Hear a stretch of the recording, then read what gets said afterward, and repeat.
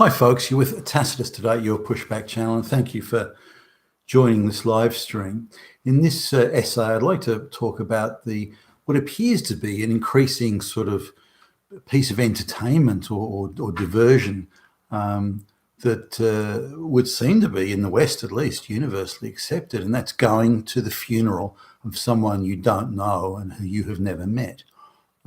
You may know of them, but that's it. Now, they're not necessarily public figures, as say somebody might, people might go to the funeral procession of say, a famous politician or something like that, rock star or whatever. But this is something quite different. It's just ordinary people, and the folks who are turning up at the funeral. Have never met and know nothing about this person, and may never have even heard their name until they were either invited or decided to invite themselves. Now, I've seen this around where somebody says, "Oh no, I can't meet you. I can't go to the business meeting tomorrow because I have to go to a funeral," and they would say that it's for a funeral of someone that they've never met. I don't know why you would go to a funeral of someone you hadn't met, but I suppose, but you're taking a day off work, you expect to be paid for that. This is typically you expect to be paid for that day. So it struck me as odd, and I'd come across it a few times. Anyway, I was at a funeral for a relative, and I was sort of talking to the people, if you like, at the wake and so on. And well, how do you know so and so? Oh, I don't. I've never met so and so.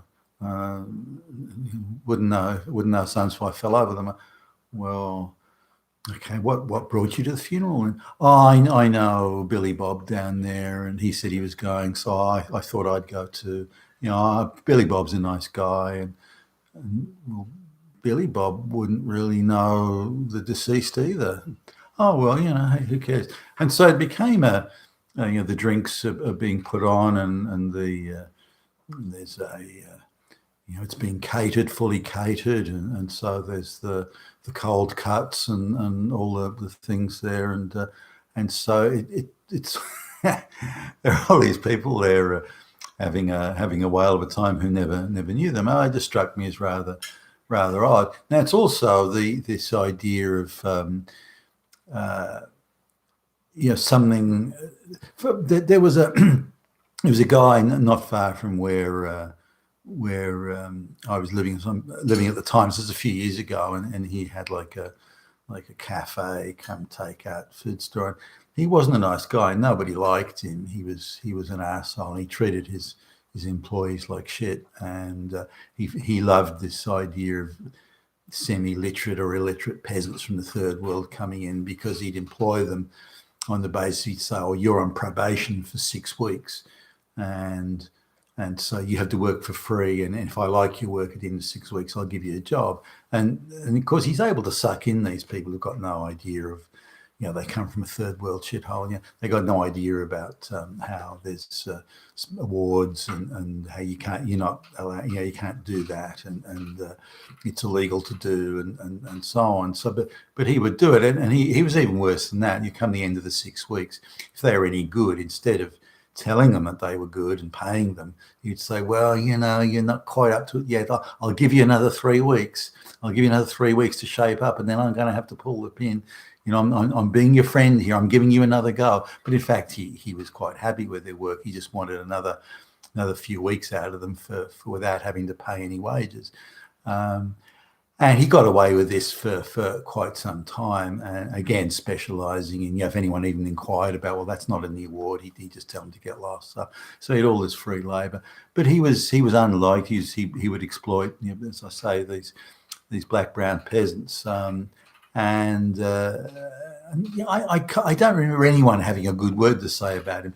Anyway, one day, one of the people, the employees that he's exploited, comes in and says, "No, they want to get paid for it," and he then it starts a struggle begins, and somehow he he ended up getting injured and died shortly thereafter. This is the guy who owns the cafe. So anyway, it was kind of in the local press. It didn't make a big deal. There was a bit of a buzz about it the day after, but again, no one had a good word to say. Anyhow, it was decided to give him a funeral at one of the sort of more popular churches in the region that could certainly cater for a decent crowd, and over 1,000 people turned up.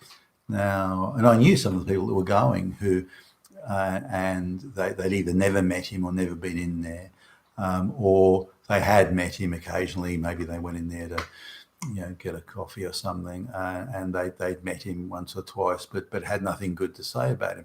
But 1,000 people turned up, and there was something about the fact that the guy died in what was like a manslaughter sort of situation. So it adds a bit of drama to it. But 1,000 fucking people turned up. They just couldn't cope. They were, not only was the church itself full, but the people were actually standing outside wanting to sort of bask in the drama of it all. And this was someone they didn't know, or if they even knew of him, they didn't like him. Now, I've come across sort of other things like that.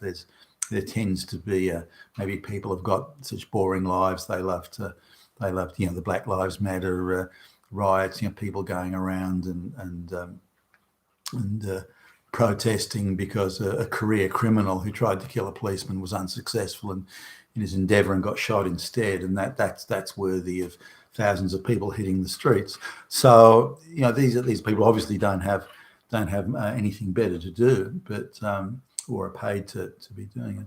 But they this seems to be a thing that's gaining pace amongst white collar people, and if you look at, say, when that Princess Diana died, it was incredible. Just to put some perspective on it, she was a kindergarten teacher, a trainee kindergarten teacher, and so all she could do was sort of lean over and be nice to small children, but for the camera, but that was it. So she ends up attracting. I don't know what you call it. It's this incredible following of people who never met her, didn't know her, knew nothing about, maybe seen her on television. But she was a public figure, so that's that's to maybe more understandable than these people who don't know. But since then, I've sort of kept my antenna out and looking at people going to funerals, and it's now, as far as I can tell, it's entertainment. It's like, I've got to go to a funeral to this person who I've never met, never spoke to, know nothing about, but I've got to go. It's like, and then they go and write the day off, or most of it, and so very strange. Now, also some of the services that funeral services are doing now, they employ professional sort of, I don't know what we call them, professional bullhorn speakers. I mean, they'd be street agitators if they were political at all, and they sort of try and weave a narrative about how the deceased's life somehow had meaning or relevance in the world, and that was why we gathered here today, and all this sort of thing. And so, but again, certainly the ones that I'm aware of. If even half a dozen people know the person, the deceased, firsthand, the rest are there just as hangers-on, just as groupies who somehow have got this ghoulish inclination to go to the funeral of, again, someone they don't know and they've never met.